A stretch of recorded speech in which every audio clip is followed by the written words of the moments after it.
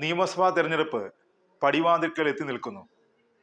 മുന്നണികൾ സീറ്റ് വിഭജന ചർച്ചയിലാണ്. UDFിലും ചർച്ച തുടരുകയാണ്. UDFിന്റെ സ്ഥാനാർത്ഥികളുടെ ലിസ്റ്റ് ഉടൻ പുറത്തുവിടുമെന്നാണ് അറിയുന്നത്. ഇത് സംബന്ധിച്ച് ഘടകകക്ഷികളുമായി കോൺഗ്രസ് ചർച്ച നടത്തുകയാണ്. ചില സീറ്റുകൾ വച്ചുമാറുന്നതാണ് പ്രധാനമായും ലീഗ് ചർച്ചയിൽ ഉന്നയിച്ചത്. കഴിഞ്ഞ നിയമസഭാ തെരഞ്ഞെടുപ്പിൽ 25 സീറ്റാണ് ലീഗിന് നൽകിയിരുന്നത്. ഇതിൽ 15 സീറ്റുകളിൽ ലീഗ് വിജയിച്ചു. ഇത്തവണ 2 സീറ്റ് അധികമായാണ് ലീഗ് ചോദിച്ചത്. ചില സീറ്റുകൾ വച്ചുമാറുന്നത് സംബന്ധിച്ചും കഴിഞ്ഞ 3 ദിവസങ്ങളിലായി തലസ്ഥാനത്ത് നടന്ന ചർച്ചകളിൽ ലീഗ് ഉയർത്തിയിരുന്നു. എന്നാൽ ലീഗിന് 2 സീറ്റ് അധികമാണെന്നാണ് കോൺഗ്രസ് നേതൃത്വത്തിന്റെ വിലയിരുത്തൽ. കോഴിക്കോട് ജില്ലയിലെ തിരുവമ്പാടി, പാലക്കാട്ടെ കോങ്ങാട്, കൊല്ലം ജില്ലയിലെ പുനലൂർ എന്നീ മണ്ഡലങ്ങൾ വിട്ടുകൊടുക്കാനാണ് മുസ്ലിം ലീഗിന് താൽപ്പര്യം. തിരുവമ്പാടിയിൽ മലപ്പുറം DCC അധ്യക്ഷൻ VS ജോയ് മത്സരിച്ചേക്കുമെന്നാണ് അനൌദ്യോഗിക വിവരം. പുനലൂരിൽ കഴിഞ്ഞ തവണ മുസ്ലിം ലീഗ് സംസ്ഥാന സെക്രട്ടറി അബ്ദുൾ റഹ്മാൻ രണ്ടത്താണിയാണ് UDFിന് വേണ്ടി മത്സരിച്ചത്. എന്നാൽ CPIയുടെ PS സുബാൽ മികച്ച വിജയം നേടി.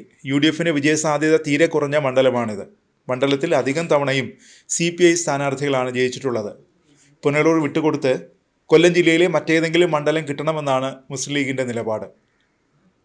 വിട്ടുകൊടുക്കാൻ തയ്യാറായ 3 മണ്ഡലങ്ങൾക്ക് പകരം ഏത് തിരിച്ചു കൊടുക്കുമെന്ന കാര്യത്തിൽ കോൺഗ്രസിന് തീരുമാനമായിട്ടില്ല. അതുകൊണ്ട് തന്നെ ഒരുപക്ഷെ കൈമാറ്റം നടന്നേക്കില്ല.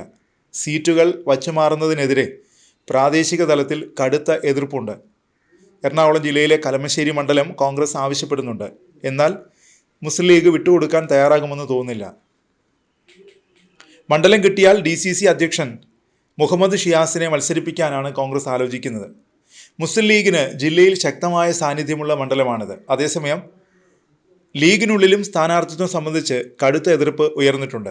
മഞ്ഞളാംകുഴി അലി, PK ബഷീർ, P ഉബൈദുള്ള തുടങ്ങിയവരെ വീണ്ടും മത്സരിപ്പിക്കേണ്ടതില്ലെന്നാണ് ലീഗിനകത്തെ ഭൂരിപക്ഷത്തിൻ്റെയും ആവശ്യം. എന്നാൽ ജില്ലാ കമ്മിറ്റികളിൽ നിന്ന് ഇവരെ അനുകൂലിച്ച് ചിലർ രംഗത്തെത്തിയത് ലീഗിനെ പ്രതിസന്ധിയിലാക്കിയിട്ടുണ്ട്. KPA മജീദിനെതിരെയും ചില കോണുകളിൽ നിന്ന് എതിർപ്പുകൾ ഉയർന്നെങ്കിലും സംസ്ഥാന കമ്മിറ്റിയുടെയും ജില്ലാ കമ്മിറ്റിയുടെയും പിന്തുണ അദ്ദേഹത്തിനുണ്ട്.